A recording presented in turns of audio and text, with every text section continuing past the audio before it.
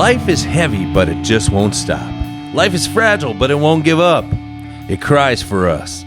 Listen to the voice of your maker now. Hear the one who calls to all. You don't know how to be, but now, this is the Community Solutions Podcast. Jason Bradley, Andrew Richter from deep in the bowels of our underground lair, where the only mandates are to tell the truth, win, and have fun. That's what we do, right? Sure. How many of those three do we really do? We tell the truth, we win, and we have fun. We would keep doing this if it wasn't fun, right? Well, I mean, I'd say we got you give me a raise pretty soon. That might help. I don't know about only so much fun for free. Well, okay. Yes. What was that song again? The name of that song.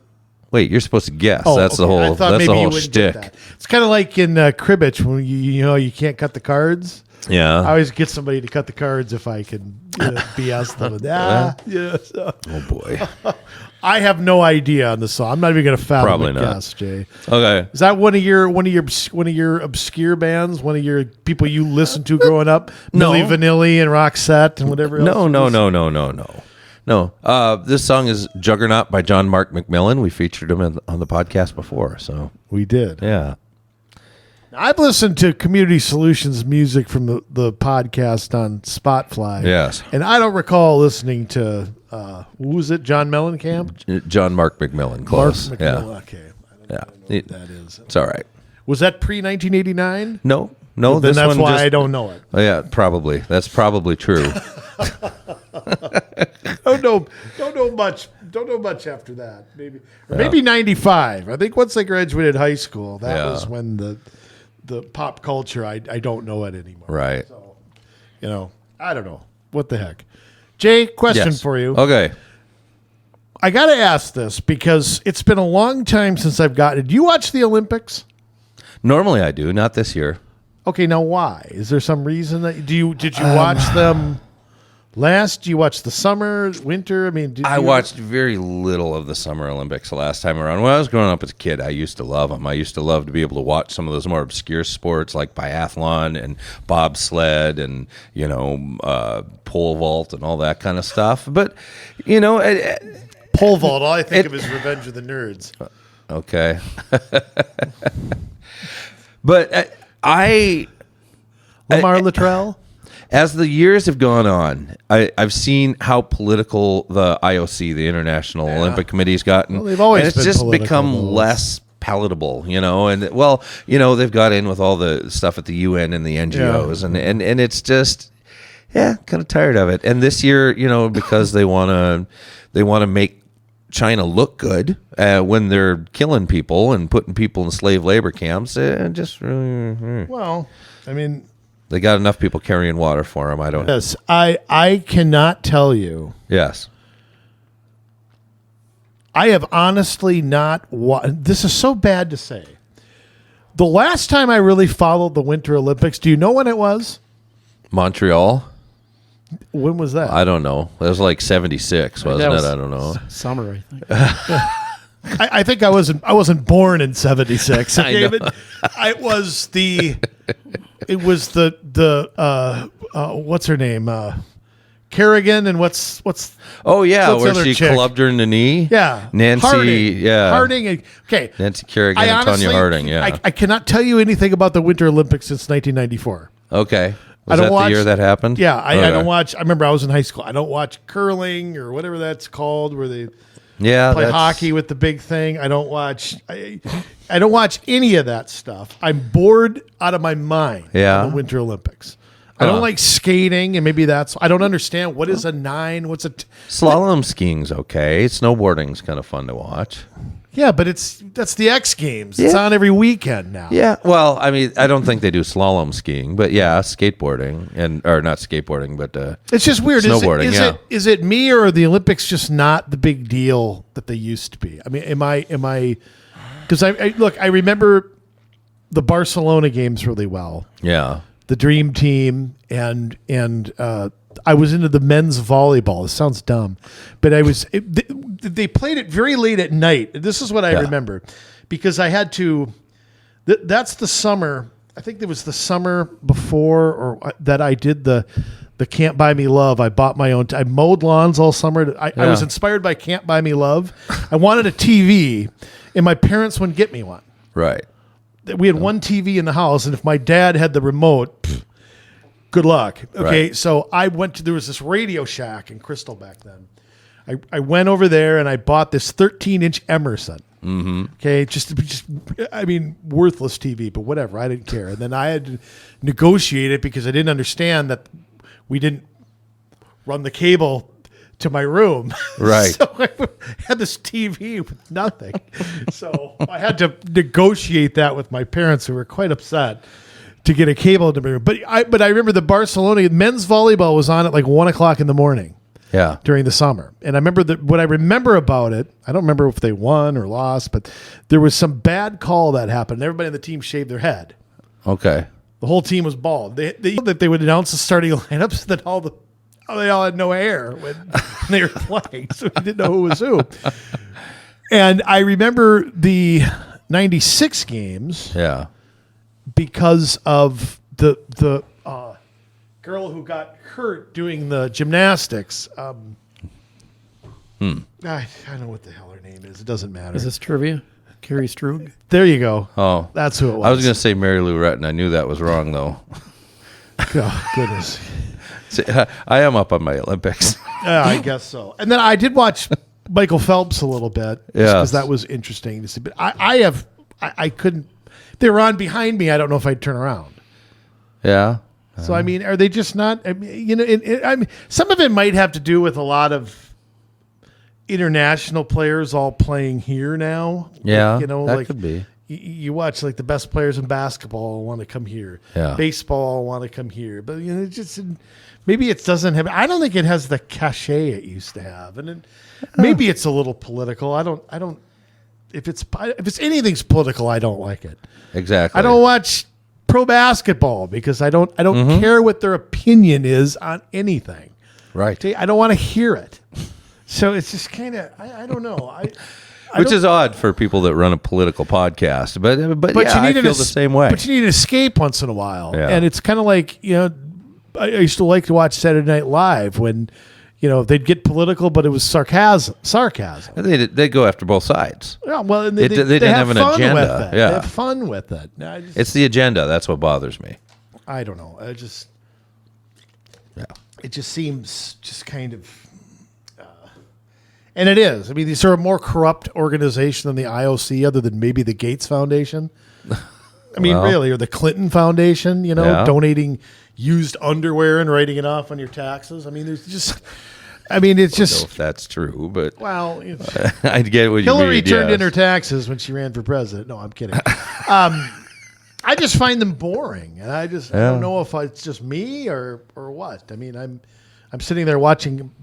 I'm turning on Cliffhanger instead of watching the Olympics. I mean, it's just, I don't know. Like, I just don't care. Yeah. And you'd think, I mean, I want to win. I take pride in that. Yeah, absolutely. But honestly, I do too. If they finish last, I don't care either. I don't know. I do. I root for the athletes. The whole thing being in Beijing and just how political with an agenda it just drives me nuts. And it could be in Wuhan. It could be worse. It could be worse. Yes, it could be worse in Pyongyang or yes. Yeah, they could find worse be in places North Korea. For that. I mean, it's possible. No money there, though. I mean, that's the thing. Who's North Korea going to bribe to get the Olympics? Dennis Rodman. Well, I don't know. Even if that he would go might anywhere. not take it. So right, Jay. Yes. Without further ado, enough babbling on about stuff you don't watch.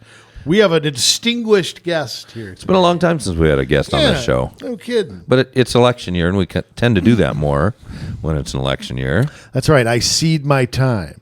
Yes. When I cede my airtime. That's all right. Well, why don't you do the honors and introduce our distinguished guest to the audience? I will do that. He knew Carrie Strug or whatever it is. Yes. That's really good. Already smarter than me. Well, that's all right. Oh, yeah, you take that. Yeah, we'll do that. All right. So we have From the Legislative Evaluation Assembly of Minnesota, Inc., John Augustine, who I've known for a while and got to know him actually through the music world. And it's kind of neat that our worlds are colliding here. Welcome, John. Thanks for having me, guys. Absolutely. Yeah, the music world. But what are you playing? Your flute or your piccolo or whatever you playing? That's a guitar. Oh, yeah. Okay. That's a guitar. All right. Yeah, I get confused. And that's why you get the opening confused song on wrong. that too. That's all right. Anyways, so yeah, we met a couple years ago. You had me down to play. You are involved with Mount Cato down there in Mankato. Ski area, yes. Yeah. So it was a nice place. Everybody check that out before all the snow melts for sure. Yeah, sounds good. Nice little day trip. But you're not here for that. You're here to talk about the legislature and some things that we need to know about. So welcome. Well, thanks. Thanks for having me again. So the reason I came here this year is we have an annual banquet. But first of all, Legislative Evaluation Assembly, it's a nonprofit, nonpartisan organization. You won't have to worry about fair time rules or anything because we don't give money to candidates. We don't endorse candidates. It's all education and evaluation. We do present awards at our annual banquet to those who score highest in the previous year's report. And that's what we're most known for is our annual report on the Minnesota legislature. We're celebrating 50 years of existence this year. It's a grassroots-driven organization, so there's people from various backgrounds, people with academic backgrounds, business backgrounds, science backgrounds, education, theological backgrounds, and so forth, all involved in it. And the annual banquet is also our annual members meeting, and it's just $10 to become a member. And you just at the meeting, we elect board members to oversee the concerts driven. It's easy to get involved, and we can always use more help.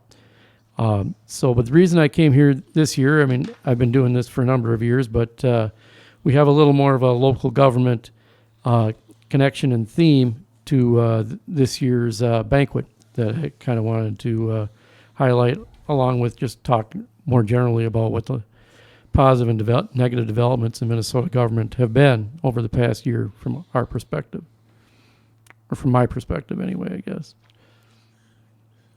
Okay. Yeah. Well, that's good. You guys have like a bunch of reports kind of spread out in front of you. Why don't we get into some of those local topics? I know, I don't know what order you want to tackle them in here, but...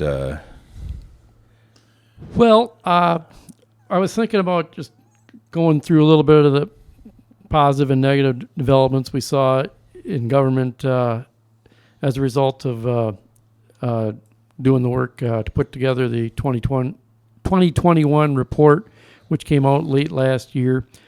So we exist to evaluate the Minnesota legislature and inform the citizens about the performance of their government, and lea-mn.org. But it includes things like support for free enterprise, equal justice under the law, and constitutional principles and so forth. But when you look at this report, you will find that not a whole lot of people scored very highly. I was going to say, the good or the bad your government's doing. In fact, the overall score was 31.5% last year in terms of the legislators' votes. Higher than I expected. That kind of went along with the positions we favored. What I was going to say before I got sidetracked myself is that we do a lot of analysis in our scorecard. So it's not just here's the name of the bill and here's yes or no, like you might put on a driver's windshield or something. It's each bill that we evaluate. We typically do like a 3-paragraph format. So the first paragraph will tell you basically just what the bill does, but just objectively what the bill does, and Right. secondly, what the probable impact of the bill will be, and finally, our reasons for or against opposing the bill. So you'll learn something about it, even if you don't necessarily agree with us. You can learn something about how it came about and what impact will be, and you can see our reasoning even if you don't agree with it. That's a lot of work because these bills now, they're all in lawyer speak, and they cram so much together into one bill that they're all really a hodgepodge of... I know. I see Omnibus, Yes. and right away I don't like it. Right. Yeah, so that's a trend that's certainly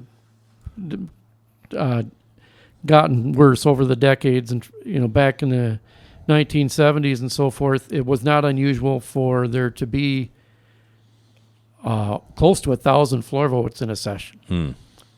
And now, let's see, last year, I have the number for you. It was, I believe, 31 bills that got floor votes during the session. And then most of the actual budget and some of the policy was actually crammed into like 13 other bills that passed during special session. Right. So it's not like there's less law being passed, but as you said, it's crammed into fewer and fewer bills. So it makes it harder to evaluate because it's harder to find, like the Constitution, our state Constitution suggests that, not just suggests, it says that no bill shall embrace more than one subject. Mm-hmm. So, but they interpret that very liberally. Yes, they do. So, but we did find last year that it wasn't particularly easy, but I did find some positive developments in state government, so I could start with them. I came up with 3. Okay, I was going to say, I bet it's a short list. First one I came up with is that the court system was open again. So for both criminal and civil cases. So in 2020, it was a travesty that people couldn't petition the court for immediate relief from illegitimate actions by other branches of government.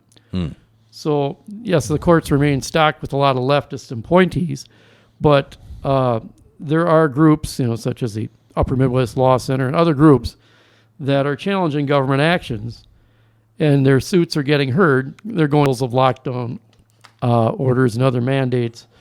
They're winding their way through the system, so that is a good thing.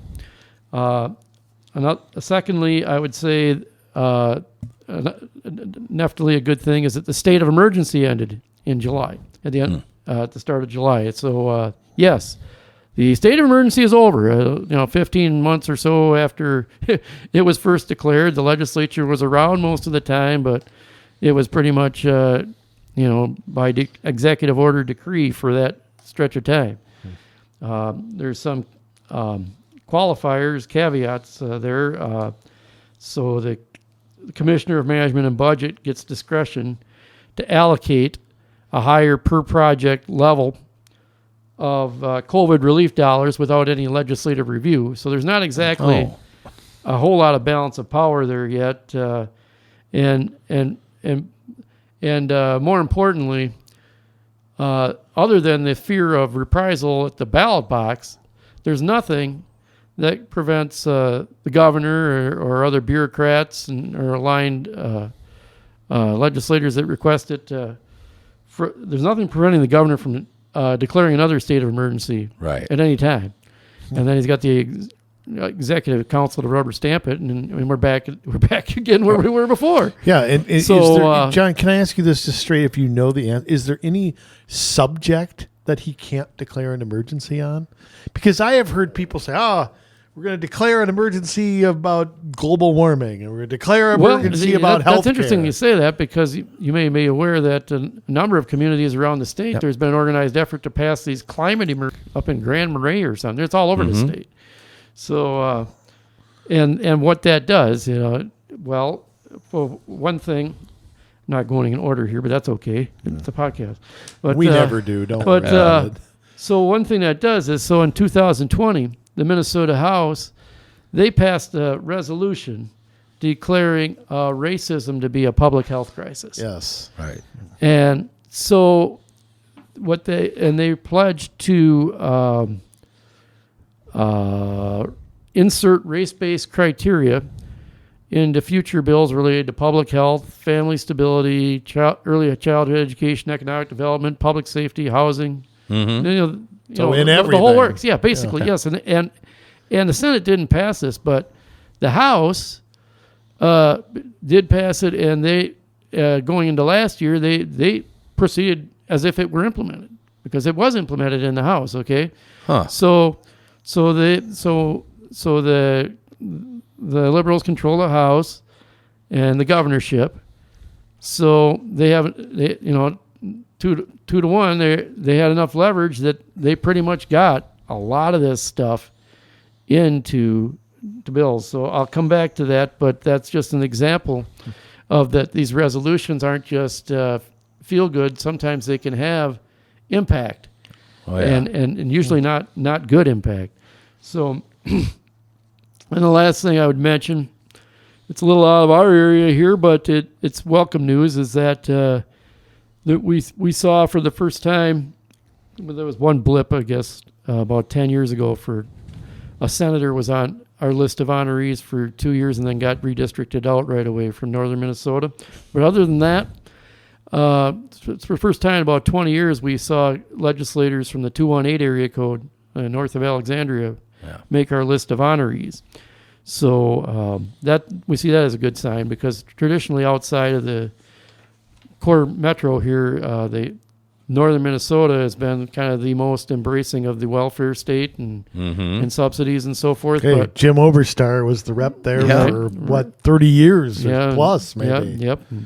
And Colin Peterson had a reign longer than that, I think. But now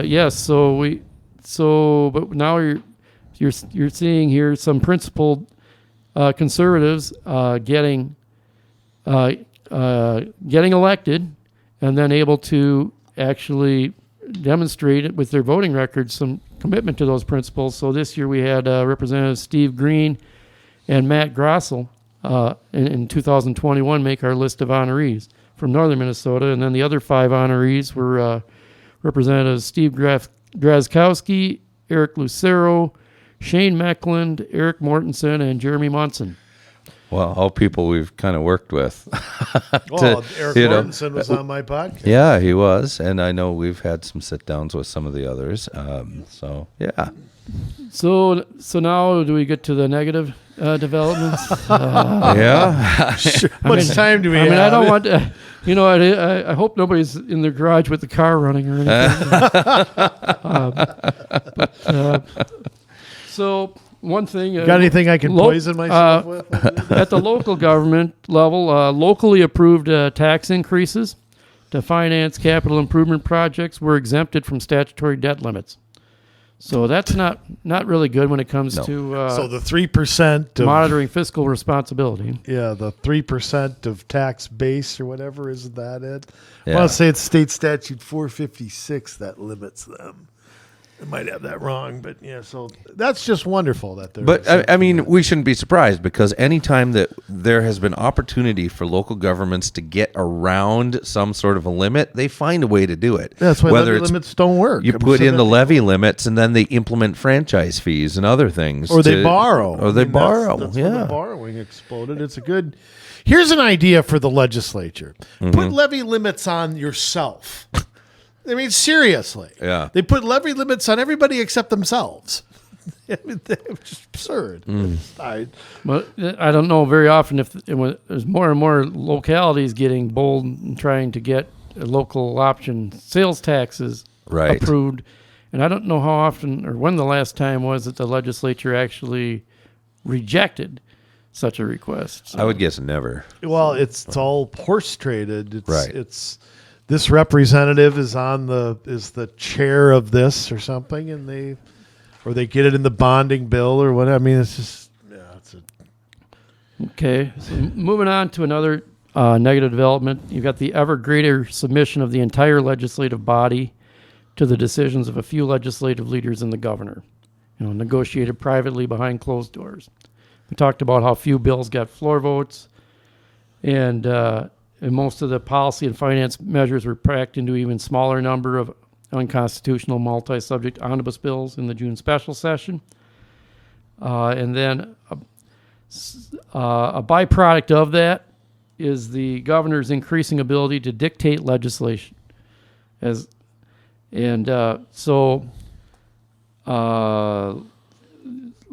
By comparison, Governor Carlson, not a conservative by any means, but had around 120 vetoes in 8 years in government as governor. Governor Ventura had 33 full vetoes in 4 years. Governors Dayton and Pawlenty each made around 90 full vetoes and some line item vetoes during their 8 years in office. You want to take a guess how many vetoes Governor Walz has made? None. Yeah, none. You're right. Yeah. 0. Wow. He so dictated the terms of the legislation. By the time it gets to his desk, there's nothing for him to veto. So I mean that's not the checks and balances as it was envisioned. No, John. When you say 31, I want to get back to those floor votes for a minute. Is that House and Senate combined? That's a good question. I mean, it doesn't matter. It's not very many. No.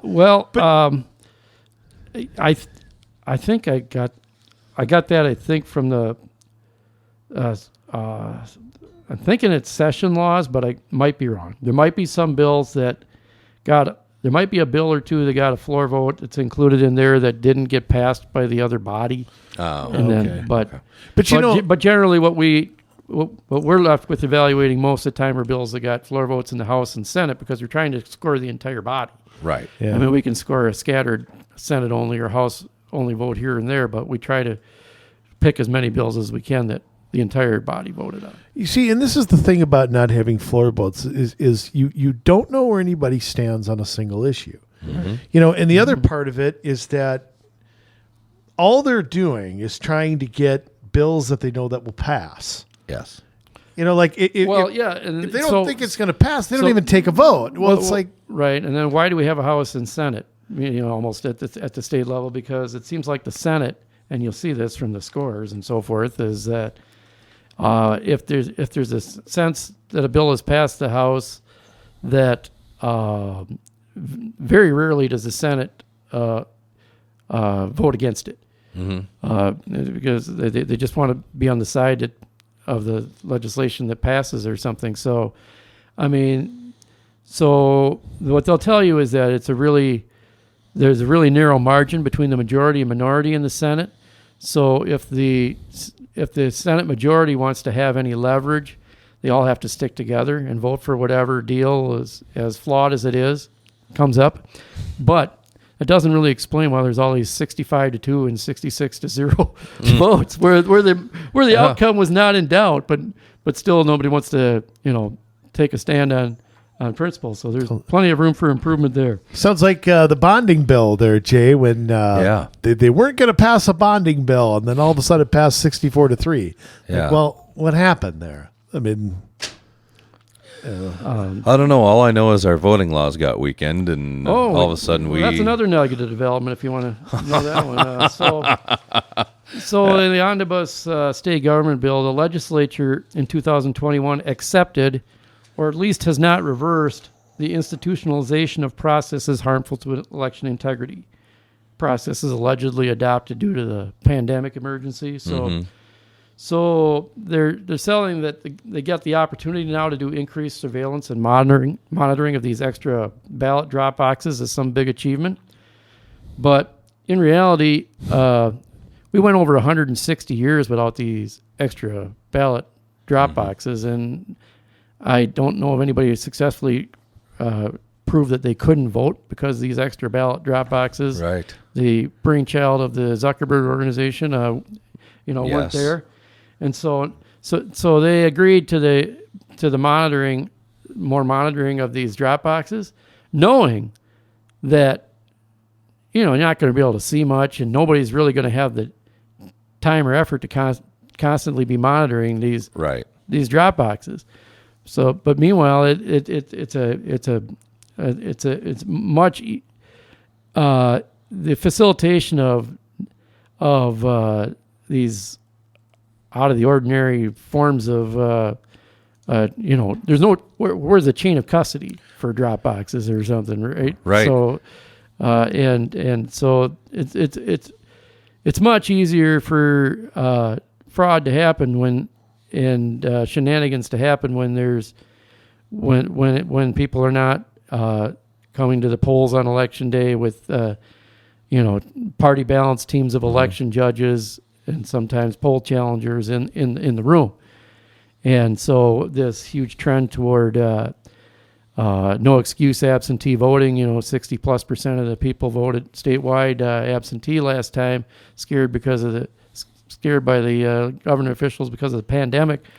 I mean, I turned in an absentee ballot for my mother who couldn't come to the polls, and the line was out the door to turn in an absentee ballot. Yeah.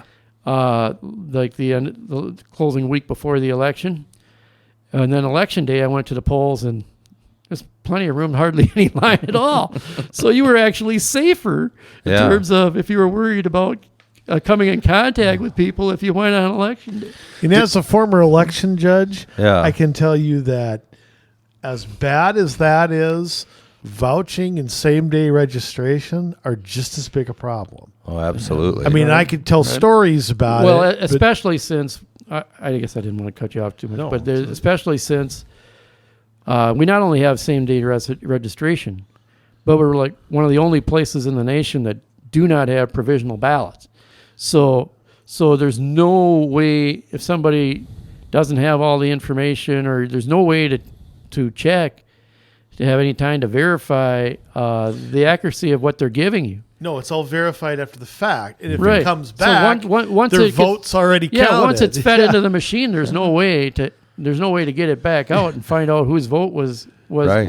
illegitimate. Yeah. Say, didn't they find a drop box in Al Franken's trunk? Wasn't that what happened? I don't know No, because I was an election judge on that election, that Yes. Coleman Franken election, and I testified in front of the legislature. That's where I met Tom Emmer and a few other. I had never met Tom before, and Tom was the ranking member, and I said that there was somebody we tried to stop this, but ultimately they were allowed to do this because of vouching. Mm-hmm. That somebody tried to vouch, like a busload of people came in. Obviously, we're not from this country. One person was vouching for all of them. They were not registered to vote. They had no ID. They could not verify they were 18. Couldn't verify. They all got to cast ballots. I don't even know if I we- could fill up a car and vouch for everybody, let alone a We bus. later found out that the person doing the vouching was an operative for Al Franken. So they had gone. We found this out after the fact. They had gone to some apartment building, bust everybody over there, and they all got to vote. Well, and now, I mean, they're just doing ballot harvesting, like down in Cedar Riverside area, where they have people going around and paying people and Why does anybody knock on my door and pay me? Would you sell your vote? Absolutely. I would. Much easier to throw those in these extra drop boxes than it Yeah. is to turn in a huge stack. to Yeah, the do county the auditor, work. because there actually is a state law, and they tried. I to, would not They sell tried my to get vote, that. They tried to get that. How would you say it? Suspended during the pandemic, but they failed. It's one of the few things they failed on. Is they tried to get the limit on how many ballots could be harvested. They tried to get that suspended, and there's a limit. One person can only harvest 3 ballots. In the state. And how about, when did the legislature pass mail-in voting? Never. I don't recall that either. How can the Secretary of State just take it upon himself? Well, no excuse absentee voting did pass the legislature in 2013. That's true. And so most of that is by mail, and then you see a proliferation. But don't you have to request of an absentee more and balloting? more mail-only precincts in the state as well. So there's a lot of these precincts outside of the concentrated metro areas. They're just doing away with the polling places altogether. Oh my goodness. So I hadn't heard that. That's I think terrible. I forget how many precincts there were statewide last year. I'm trying to remember to memory. It was something like 4,000. Yeah, 4,100, I think. In 2020, and I think like at least 10% of them were mail-only precincts. So, God, goodness. Anyway. Wow. So moving on to other negative developments, you had, of course, another negative consequence of this, that the people capitalized in the name of the pandemic emergency is physical meetings and access to legislative offices still very tightly restricted. I mean, the Speaker of the House, even this year, we're going with the virtual hearings again for 2022, and basically only lobbyists and conventional media, as opposed to ordinary constituents, get much access near the Capitol. Of course, the lobbyists and then state office building. Basically, even those have to be key carded in. I think, in desperation, I think Representative Nash has announced that he's going to schedule some just one-on-one meetings somewhere in the Capitol itself, just to get around that. Because, ordinary constituents' ability to participate in the legislative process wasn't great before the pandemic, but under all those restrictions, it's much worse. And it's not just the echo chamber in terms of not getting input from their constituents. It's also the internal consequences. So I went to an event in early December where there was a freshman legislator that was speaking, and he said that he had yet to meet over half of his freshman class that he got elected with in person. Wow. So if you think about that, you don't get to sit down in the cafeteria with other legislators from other parties or different parts of the state and talk about legislation. Everything just gets handed down from the leadership that way because you don't have a chance to communicate with them. So, yeah, that's a problem, and I think I can't believe they're doing virtual. We got the Super Bowl coming up with 80,000 people in California, where there's a state of emergency, right? And yet our legislature can't meet together. It's just, I'd like to laugh about it. Senate. The Senate actually is going to meet it. They are going to do things in person, I think, but the House is not. So and then it gets kind of in the weeds, I guess, but also disadvantaging the citizens is the way the redistricting process works too, because it remains as dysfunctional as ever for the ordinary citizen trying to have more of a voice in government. So we had our caucuses, the major parties anyway, had their caucuses on February 1st. But if you went to caucuses and you're upset with your legislator in your area or something, and you're thinking about challenging that person, you go to caucus, you don't know what the lines are going to be. Right. So you don't know if you can even challenge the person you want to challenge. You don't know if your neighbors that show up at caucus, you don't even know which ones you need to organize in order to mount some kind of endorsement challenge. Right. And it's all backwards. And it's worse for local candidates because it's even later dates that they have to have those districts figured out. For school districts, it's like April 28th or something their like that. wards and really? stuff like that. Man, because that comes after they have to see the boundaries. So, right. So, there's going to be some. So, John, let me play that out for a second. So, if somebody wants to run for something and they're actually going to go to are they going to go to have conventions prior to? Well, I think it's all going to be very quickly here, early next week. There's actually in law February 15th. I think the courts have to come out with something, and then very quickly after that they'll be scheduling these conventions. But one branch of government I don't elect gets to decide. Well, I guess I do elect. We in this state. Well, you could have had a special session. I don't know why it took so long to get the census numbers in the first place. We were doing better on that decades ago. How did we lose our ability to count? But we have to properly massage the numbers first, or what? It's called Common Core math. But I think. But anyway, even though you get the numbers in the early fall or whatever.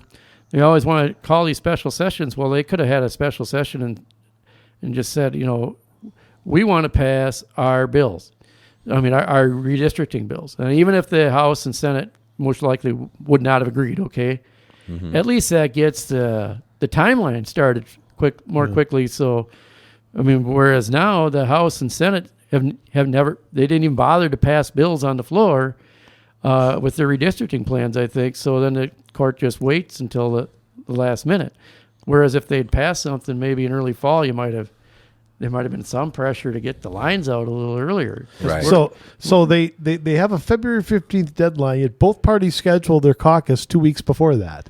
Yeah, I mean, there's going to be some people, probably some of these honorees, that are going to be lumped into a district with, some other incumbent that has a larger share of the district. But for the most part, the incumbents that do decide to run in the redrawn lines, they're going to have an built-in advantage over the challengers. Probably. Because they have more inside knowledge of where the lines are going to be drawn, and they've already got a base of support that they, if you're a challenger trying to build something, like I said, you're really starting at two big disadvantages that way. Right. So I anyway, think there'll probably be a lot of primary challenges this year, and people are going to be frustrated with the endorsement process.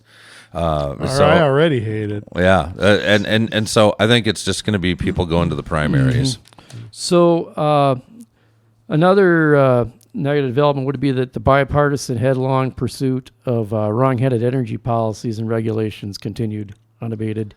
So in a vain attempt to claim we're taking action to stop climate change, we're pushing certain types of renewable energy options that don't renew our baseload energy capacity. Right. So, we're neglecting replacement of our most important power plants. It forces us to rely even more on out-of-state energy sources and makes it more likely we'll eventually experience some harmful, California-style periodic shortages in our power grid. Right. So with that, and I don't know if you know the answer on this, but we've got a nuclear plant that's up 94, and I don't know if that's coming under attack or not. I know for sure the mines up in the Iron Range are coming under attack, and they're being shut down and not allowed to mine the things that they need in order for our energy. The expected useful life is yet on these nuclear plants in terms of trying to come up with accommodations in the legislature for storage or upgrades. You're not hearing much. Certainly not hearing building any new ones. No, that's the cleanest type of energy. Right. And then they're really, the other one up there, the coal-fired one, they're really, going after that. And, with the system set up with the utilities on board to, go for this certain percentage of renewable energy by 2030 or 2040 and so forth, and the utilities companies are all on board, so they're phasing those out. But these other ones aren't reliable for baseload capacity. Well, and that's scary. I mean, we're not playing games here. I mean, if electricity goes out in the summer, yeah, it's uncomfortable, but for the most part, we can deal with it, except the extreme elderly. If the power goes out in the winter and people's furnaces aren't running, you're going to see, massive damage to houses because water pipes are going to freeze. Right. And at some point, if people don't have fireplaces, they take part in other dangerous activities like kerosene, burning kerosene in their homes or other things. Otherwise, they freeze to death. I don't understand why life is so cheap to these people that they're what they believe in comes even before human life. Like at the expense of human life, it's okay to follow this line of craziness. I love how the utilities are all on board. Well, of course, they've got their own monopoly. I mean, well, and then they'll petition to increase rates. Well, why are we increasing rates? Because we're using more expensive, more unreliable energy. We got to build these new places. But that was part of this bill that passed that was called the Energy Conservation and Optimization Act, acronym ECO Act. So as soon as they put that acronym on it, I think they probably gained some legislators that didn't want to vote against anything that said ECO in the title. But so they get a greater allowance for rate increase requests. It's not a rubber stamp. They got some of their rate requests rejected. But if they can tie it to their efforts to reduce greenhouse gas emissions and so forth, then they can get their rate increases more easily approved. And we're certainly seeing some rate increases. I don't know about you are, but I am. Yeah. I know that. So, and allowances from the calamitous weather event from last year. Anyway, yeah, that's messed up on a bipartisan level right now. Yeah, and they passed overwhelmingly. Oh, yeah. 88-46 in the House and 58-9 in the Senate. I mean, not even close. Wow. I mean, you couldn't get the Senate to vote 58-9 that the sky is blue. Seriously. You see a lot of 66-0 and 65-2 votes in there if you look. I see a few. I'm staring at a 62. Oh, good. I didn't want to look at that. So, Omnibus says Omnibus in the title. Yeah. Oh. I've only got two more for you. So, so we're here now as they're back in session finally, the regular session. That might be time to get rid of some of these more outrageous commissioners, and there's no excuse why our power-loving Fauci health commissioner Jan Malcolm is still has a cabinet role in our state government. There's just none. I mean, and if you think back to the summer of 2020, and that's one thing to count on is that you forget about all the crazy stuff they were imposing on you just a year or two ago. Yeah. So, at that time, the liberals, it was just after the riots and George Floyd riots and all that, so that they were desperate to get some kind of public safety and policing reforms passed in their special session. Well, the conservative freedom side should have been just as insistent on sending a message that people need to have their own control over their own health decisions. I mean, going back to that time, you had restricting access to the medical care deemed non-essential. So you see all kinds of delayed diagnoses of things that are having major impact. My wife's a nurse. I can attest to that. Yeah. I mean, they had, you remember the 10-person gathering limits on churches, regardless of building capacity? So, the Cathedral of St. Paul, a couple thousand capacity. And they created... Except George Floyd's funeral. They all went to that. Remember that? Yep. Oh, and I don't even remember where it was, but I remember, they didn't worry about capacity limits then. And created onerous restrictions on outdoor graduation ceremonies. And then the holiday season of 2020, they had the indoor dining prohibitions. Yeah. During the winter of early first half of the winter of 2020, and the family gathering restrictions, all that junk. And then when you got the federal aid, they didn't actually use the federal aid to build hospital bed capacity. We have no more hospital bed capacity now than we did when this thing started. I mean, it's just a combination of tyranny and incompetence. It should have been gone. And the hospitals that closed. I mean, every senator who served at that time really should have to answer why she's still in power. And there's 3 of them running for governor right now that were there then. So, and several Gazelka and Benson had quite a bit of authority. I mean, Gazelka was the majority leader, and Benson was the chair of something. Health and Human Services Committee. Exactly. So what? You know what? I haven't seen them be asked that question once. Why she's still there? She's still there now. The Senate could have a hearing tomorrow. I actually asked Senator Jensen that, and I found the YouTube video of it. So when it was right after he had announced he wasn't going to run for Senate again, and basically just said it wasn't his call to make; it was the leadership's call to make. But he's not deferring to the leadership now. He's running for governor. Right. But when he was in the Senate, he was deferring to the leadership. So I don't know if that really served. I come all of those things you said. I come back to the emails. Remember, they were frustrated that they couldn't tie COVID cases to bars and restaurants. Yep. Well, get creative about it. Right. Oh yeah, there's all that too. I mean, they didn't. To be fair, they didn't know about all those. Didn't really get released until months after. Yeah. So they didn't know about that then, but they knew about They knew all the policy. Mm-hmm. And the morgue and all that other junk. Yeah. So, so the last one I've got for you is this proliferation of a racial, ethnic, and activist spoil system of appropriations. So as I talked about earlier, they had this resolution in the House in 2020 where they insert race-based criteria into future bills. And so this expanded racism is supposed to address embedded historical and structural racism. And it's showing up in policies stuffed into the omnibus bills. I mean, one example is a new statute in the Health and Human Services omnibus bill that was passed in the 2021 special session, where they effectively create quota requirements for midwives and doulas. So we've got a grant given to the U of M. Okay. Statute requires birth centers to develop and make available a continuing education course on anti-racism training and implicit bias, which is just claptrap, Yes. But a grant is given to the U of M School of Public Health Center for Anti-Racism Research for Health Equity.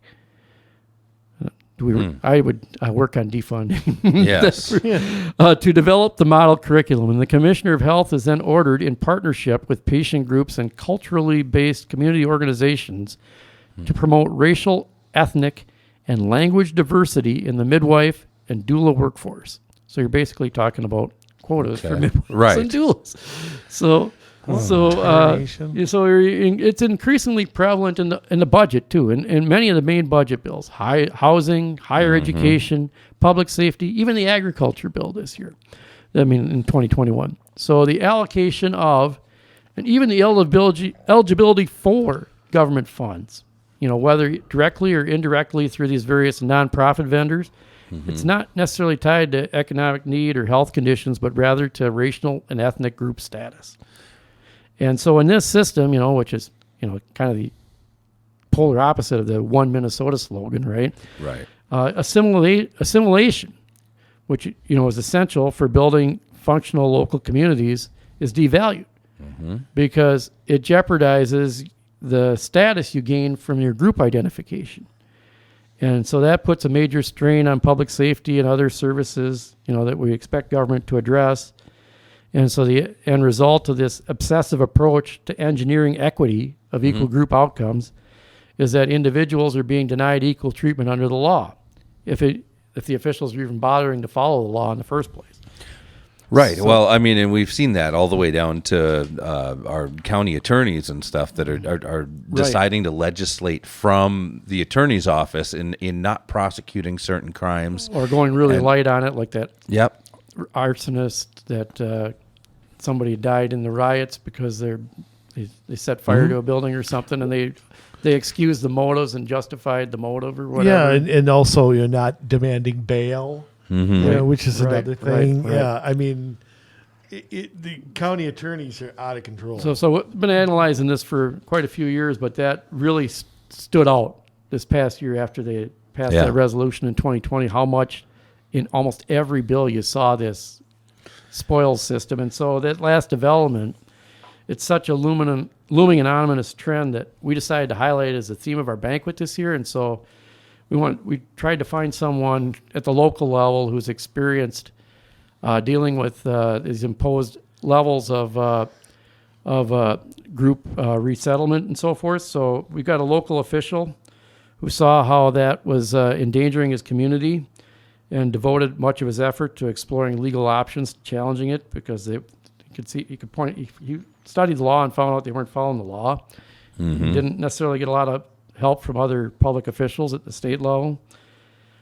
So that's former St. Cloud City Councilman Jeff Johnson.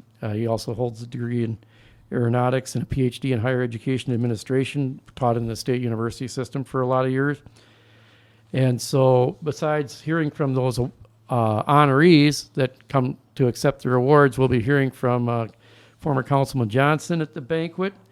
And this whole issue of refugee resettlement, it's like a third rail, nowadays. It's not that no refugees, that we can't welcome any refugees, but there gets to be a critical mass, and if they're not, and if the organizations that are bringing them in and are not committed to integrating them and assimilating them into the larger community, you get these enclaves that you just become a public safety nightmare. And I mean, so after he left the city council, others tried to kind of monitor it as well, under control.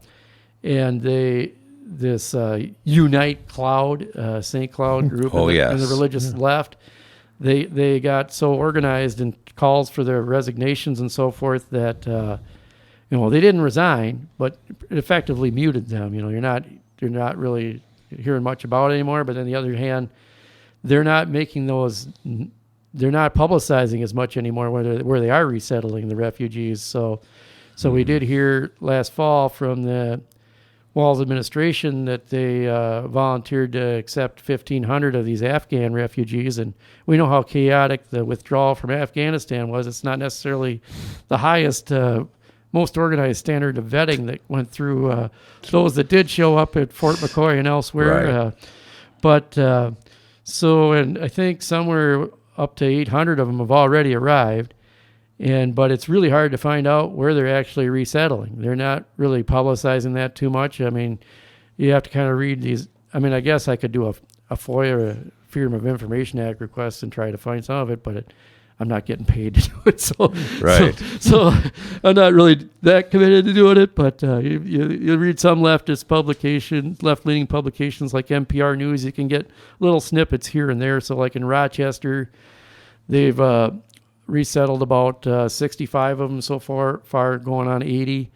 And then there's various incentives that get into it, So in terms of their public assistance, they get more by keeping that group status as opposed to their individual status. So they get that, and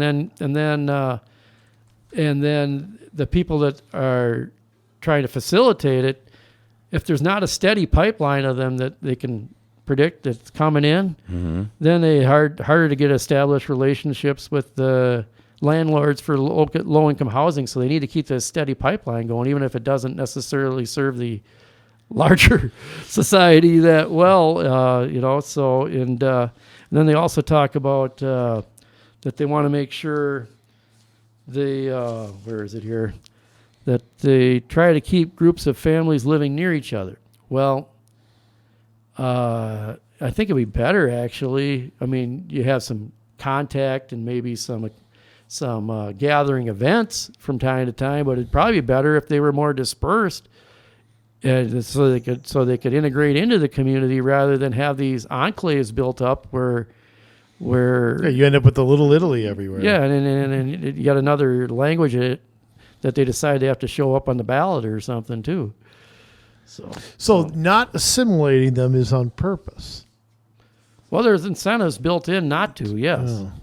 So more and more. Now, who makes the decision to, quote, accept refugees? I mean, is that the governor who does that? Is that the feds? Well, obviously there's at the federal level, the State Department, and there's a refugee resettlement organizations, and then at the state level, it falls under the Department of Health and Human Services. Walz administrations volunteered us for 1,500 of the Afghan ones, refugees, last fall over a period of time, and then there's all these nonprofit organizations that they get per person kickbacks for contracting to facilitate the resettlement. So there's all these incentives built in. Kickbacks from the government? Yeah, I mean, the governments pay the nonprofits to, yes, but a lot of religious organizations that to oversee just the basic logistics of the refugee resettlement. So, like you said, they need that pipeline, or else they're not. Right. I mean, it's not only the people in the in the supply chain. It's also the vendors themselves need that pipeline to if that's their job, just like, oh, where is it here? So there was a story in the Southwest Metro, and it was Savage Pacer or something, where they're talking about this refugee organization. Really, it was renamed Alight. So nobody knows what. If you don't, you don't think of refugees when you hear the word Alight, okay? But they renamed it Alight, and they have a goal of furnishing 250 homes for Afghan refugees, and they're working with people that are former refugees that have resettled. And so you got this one guy from Farmington, who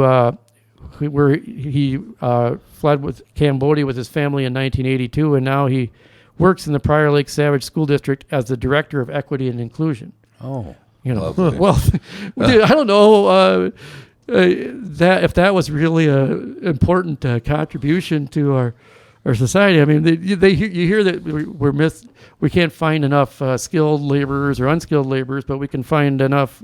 We can find more bureaucrats, I guess, through the refugee pipeline as well. I live in Plymouth, and last year we hired a director of inclusivity or whatever. Yeah, there's another one here, came from Bangladesh in 1977. The story is here. So he's working with fellow members on Savage's Race, Equity, Diversion, and Inclusion Task Force. Oh. So, well, and this is the thing. I mean, I love when people come to this country and they want to work hard and contribute and just take advantage of the opportunity that's been given to them to make their life better.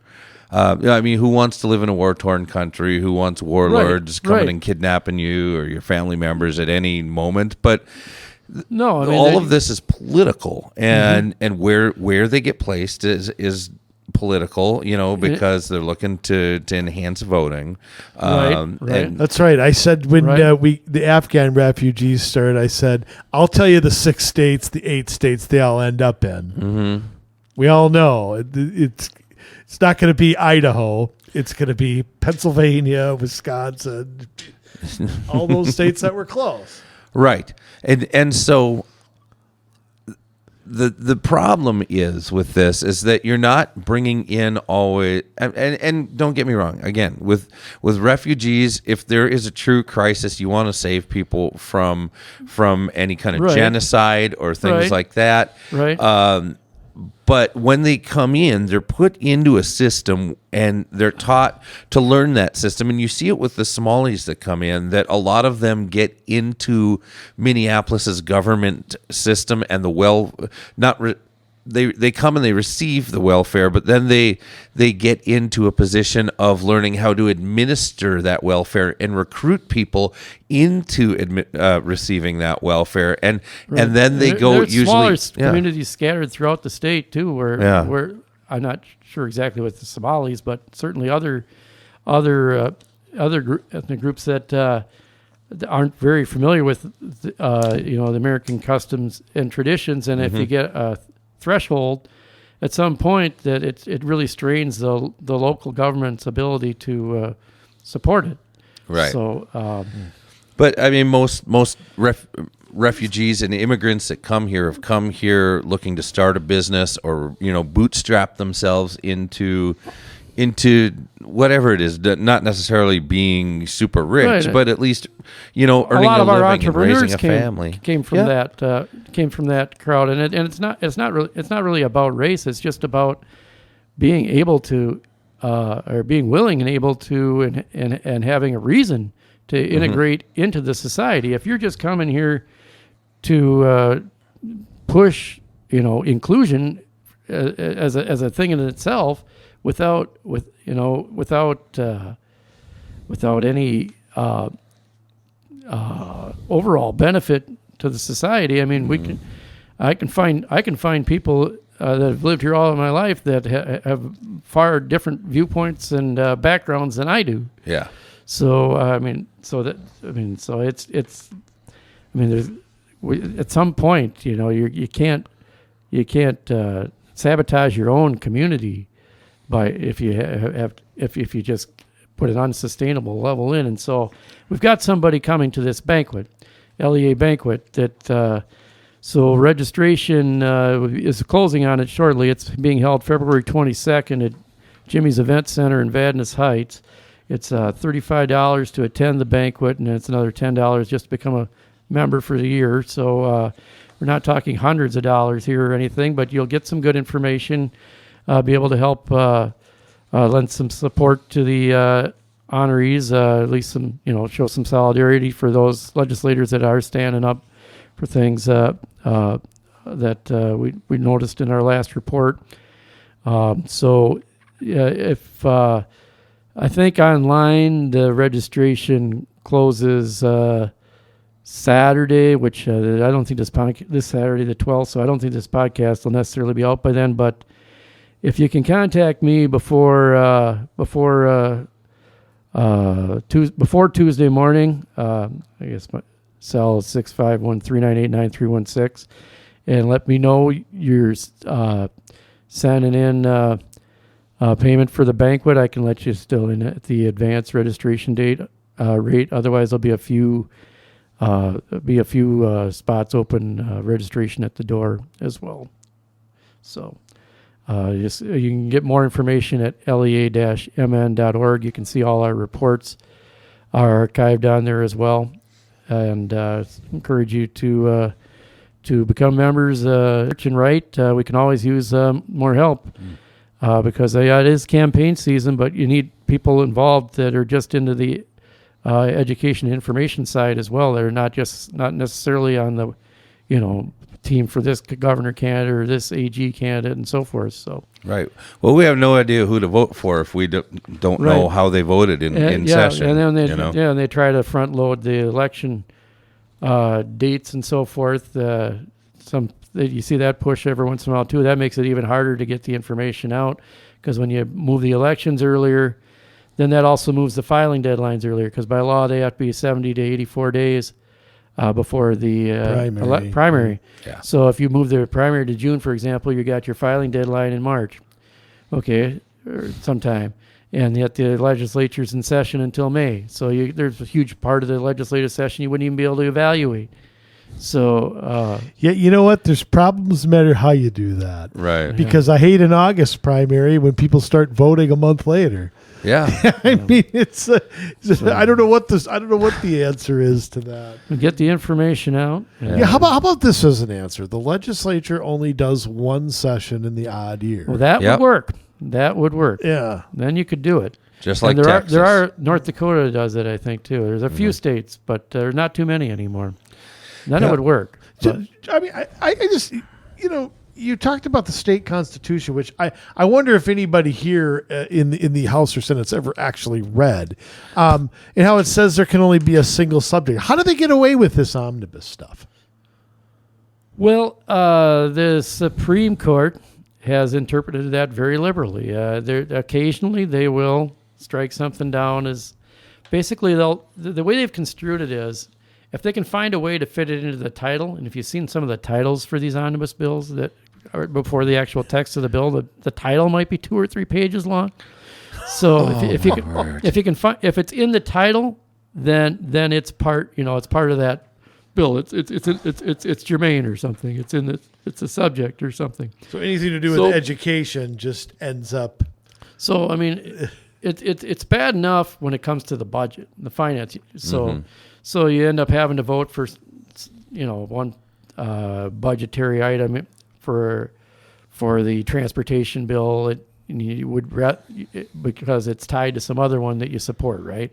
It's bad enough then, but it's even worse when it's policy, and they insert brand new statutes and brand new policy into these bills that they wouldn't be able to maybe get the votes to pass on their own merits. Mm-hmm. But if they can get it into a budget bill, you got to pass the budget, right? So, and of course that's all behind closed doors. It's all for people. Mm-hmm. Then they come and go, okay, here's what we agreed on. Bang, it's voted on that day or the next day. Remember, wasn't it like that last June? It was a special session. Yeah. Mm-hmm. It was. So, what are some ways as citizens that we can fix this? I mean, obviously sunlight is the best disinfectant, they say. So like with the work you're doing, and what are other ways as well to get the word out there, because I think people don't like omnibus bills, but I think at the same time they don't really get the gravity of everything that gets put into these bills and how much one bill changes their lives. Well, and there's so many that are legislators that have now spent decades in this system, or at least a decade in this system, that they can think of the only way they got whatever policy that their signature policy achievement that they're proud of is somehow they inserted it into an omnibus bill sometime. So they're wedded to the system, and you'll even hear some of these former leaders and candidates. They'll tell you that they're proud of that. So it really just takes when it comes to nominating, endorsing, voting for candidates, make that one of your litmus tests, I guess, that you're going to bare minimum policy, not vote for all kinds of different policies being shoved into omnibus bills and budget bills. Here's what I'd like to ask one of these legislators. If you're going to pass everything at the end in June, what did you do from January to May? I mean, if you didn't take any votes and we're going to pass everything at the last minute so that we just pass something. And by the way, 2021 isn't the only year we've done this. You go back to the Pawlenty years, the Dayton years. I mean, that's when it started to really get bad. Right. I mean, tell me what you did from January to May to earn $10 of my money. They make more than $10. I mean, they shouldn't. Anything. They shouldn't. I mean, what's the point of all these hearings if we're not going to? We'll have a hearing on a bill, and it doesn't go anywhere. And 6 months later, it ends up in an omnibus bill. It's like, well, right. I mean, yeah, they'll hold it over for possible inclusion in the omnibus bill. Hear that a lot. Mm-hmm. So, and aren't we taught not to be one issue voters? But yet, these legislators are doing just that. They've got their pet project, and they're voting for it just because their pet project is in it. It could have the extermination of half of the state in it, and it doesn't matter because their pet project's in it. You know where they learned it? They learned that from the bonding bills. That's exactly how a bonding bill works. Mm-hmm. Okay, I support your little water project. You support my bridge out in Winona. Right. And bam. We want to know why it passes 64-3. Everybody's been bought off. Mm-hmm. Well, and they have to, and that's one of the few bills that they have to get a supermajority. 60%, right? Or and so that almost always they need support from both parties in order to pull it off. You could do some things there too, a little bit incremental. Instead of passing a bonding bill, pass a transportation bonding bill, or pass higher ed bonding bill. Yeah. Mm-hmm. So, or even the legacy fund. So that was a big mistake we made when we did the constitutional dedication of funds. So there's all these. Doesn't that have they don't have to fight for each time, but you got your arts, you got your environmental habitat, natural stuff, resources, and history, cultural heritage, whatever. So even then, it's written into the Constitution now, thanks to that ridiculous amendment. The percentages, allocation of these funds based on these various legacy or the they all got a lottery slush funds fund and so forth. Mm-hmm. But so if that's the case, if it's written in as certain percentages, just pass the outdoor bill, the outdoor legacy bill. Okay. So then you can't horse trade with people for their little arts project or something, so that would shrink it right there, So you could pass step in the right direction. You could pass an arts legacy bill and an outdoor legacy bill, So they got to start. They got to start thinking in those terms. All right. I know if I was a governor, if you really wanted to decrease the size and scope of government, you have to start thinking in those terms. If I was governor, I would veto everything that came to me that wasn't a singular issue bill. You send me one thing in a bill, and if you send me two, I'm vetoing it. You split them up and you send them back to me as two bills. Well, if they stood on that, They don't. It would be passed 66-0 and 134-0 over your veto. Yeah. Maybe I don't. Yeah, You'd have a handful of people. The governor is the titular head of the majority party, or oftentimes, so they don't really like to buck the governor very often because it kind of undercuts them. If they're trying to run on the same ticket as them, so you don't see overrides work very often. But Walz hasn't even had to worry about it. He hasn't had to veto anything. Yeah, well, they're all. I mean, and how about this too? How about separation of government? I mean, we're supposed to have legislative branch and executive branch, not the two of them getting together and deciding bills and amounts and blah blah blah. Aren't we supposed to have a body that writes laws and a body that executes them? Mm-hmm. Okay, and we have they're all together now. They all sit at the table. Well, it makes me. We don't have a position on this as an organization, but it makes me nervous when you have people that are in the legislature and then their other job is working as an assistant prosecutor, right, or a law enforcement officer. Okay, I mean, to have that background is fine, but to be making and enforcing the laws at the exact same time, I think is not really good for society in terms of that, keeping that balance of power. Right. So what would be, you mentioned earlier about how things are restricted at the Capitol and it's really hard to get in to talk to anybody. What is the best way for people listening to this podcast to get a hold of the people that represent them, either as a senator or a legislature? And because I feel like whenever I talk to a staffer, I just get the runaround, or I get a form letter back, or what is the best way to get a direct line to the people that are you elected? Not necessarily the best person to ask about that. We don't do very much lobbying. Yeah. Very little lobbying at the Capitol.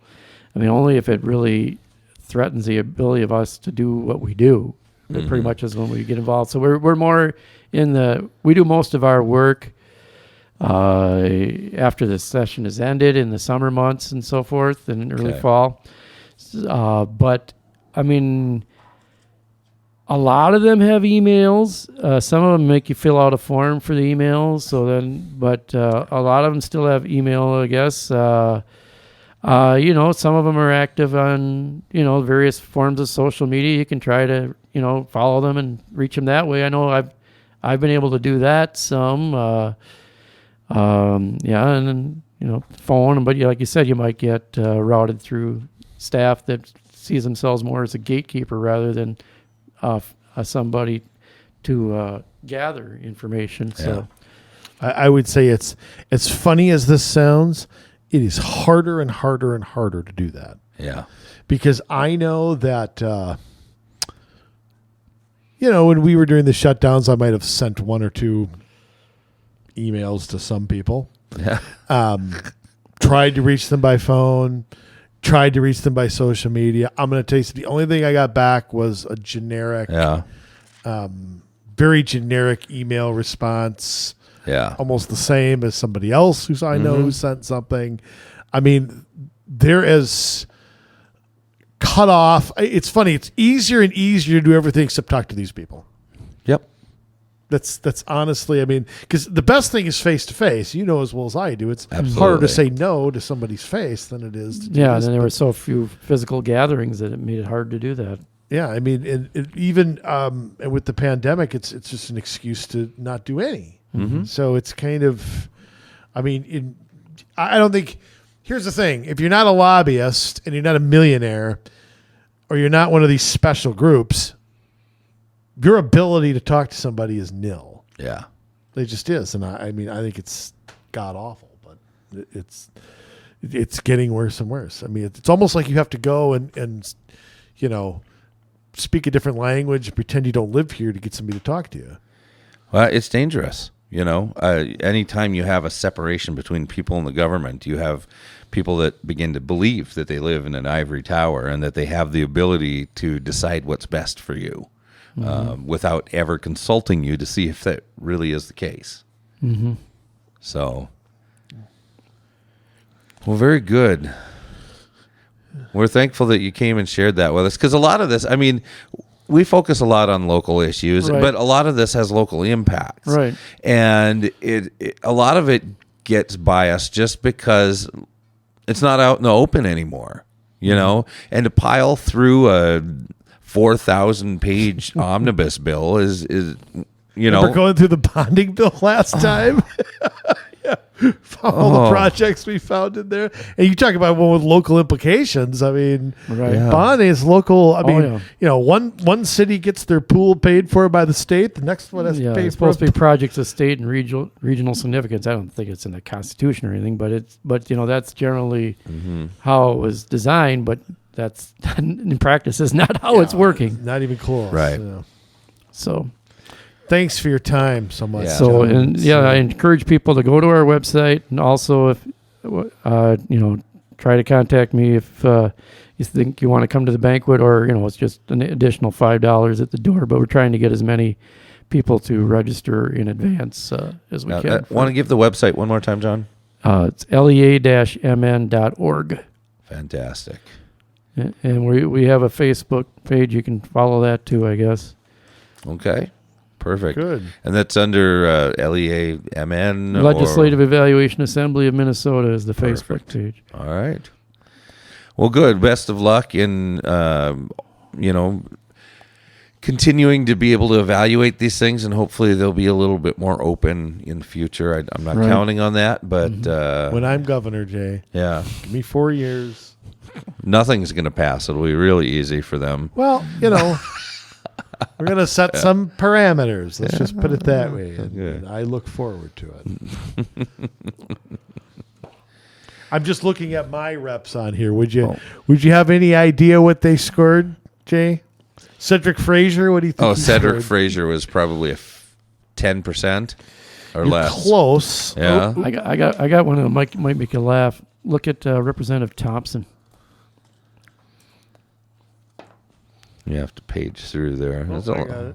Oh, you got it. Negative 13. Negative 13. Ooh. That's a pretty that takes some work. That's a pretty dubious achievement. The way you get that is so we not only score positive and pro and con votes, we also deduct half the value of a vote if people don't bother to cast a vote. So that means basically to get a negative score, you pretty much have to never be right and then miss a bunch of votes besides. That's how you do it. Wow. That's Earning his keep. so. That's good. Yeah, Cedric Frazier 8%. 8%. Oh boy. I think he cast that one by accident. Would it surprise you to know him, Mike Freiberg, and Ann Rest all voted the same on every single thing? Really? That does Sort not of surprise shocked. me at all. Just a shot. Does not surprise me at all. Maybe I'll get redistricted out of 45. There's still hope for me. Don't hold your breath. Yeah, you got to wait till the 15th. So that's.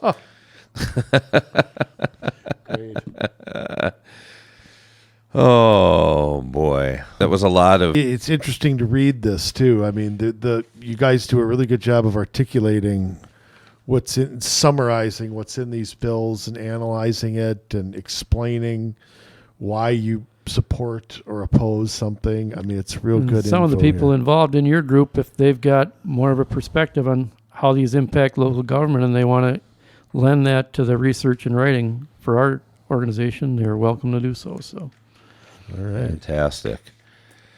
Well, there you go, everybody. It's important to watch these bills because if you don't,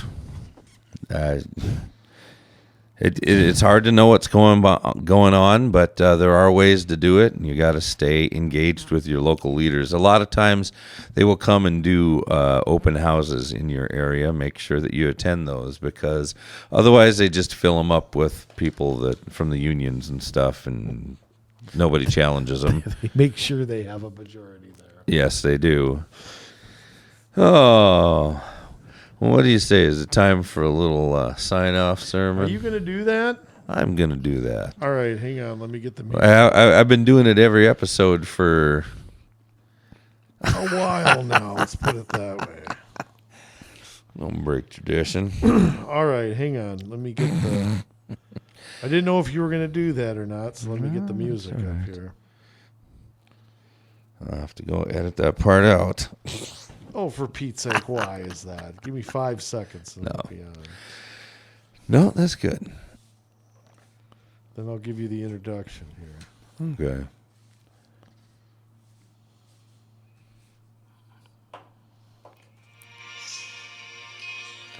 All right. Community Solutions now presents for your awesome enjoyment, style and profiling, jet flying, limousine riding. With the sign-off sermon, words of wisdom you need to know. Ladies and gentlemen, once again, Jason Bradley, take it away. Thank you, Andrew. That's overwhelming. You know, government should be simple. You know, it should be clear not only who represents you, but in what ways are you represented. There should be limits on government because otherwise it grows wildly out of control. And it happens every time, and it has for millennia, that every time a government is not held in check, it grows its power because that's just human nature. Once in a while, you find somebody that has the principles to stay self-restrained, to keep government small, but it doesn't happen very often. And that doesn't matter whether it's at a national level or whether that is at a local level. We see it, and we see it when we go and we challenge school boards and we challenge mayors, and they get angry that you challenge them instead of realizing, hey, these are people that live in my community. These are people that are concerned. How do I help these people? No. We're not in that place anymore. But yet, when just governments were derived, we see so many things in our Constitution were taken directly out of things like Deuteronomy, things where like in Exodus, Moses was all stressed out because he was having to judge all of these things. And, Moses' father, Jethro, comes to him, his father-in-law, Jethro, comes to him and says, you know what, you're stressed out. Here's what you need to do. You need to put people below you that are in charge of X amount and people below them that are in charge of X amount. So you're not seeing everybody on these cases. You handle just the toughest ones. And you got people that are in charge of the thousands and the hundreds and the tens. And it took a weight off of him. But there was a system. And this system we have incorporated into our very fabric as a nation. And yet we happen to mess it up all the time and just try to acquire more power and more power. And we have people that are so wildly out of touch that they don't seem to have any understanding of how to be a servant. They've lost touch with all humility. They've lost touch with a sense of doing what's best for other people. They get a view of, oh, I know what's best, and this is what I'm going to do, and if it kills me, I'm going to make sure this passes. And we see that. And counties that are exercising their authority over cities, and then regional governments developing and exercising authority over the way that counties administer the cities. And it's just endemic from the top on down.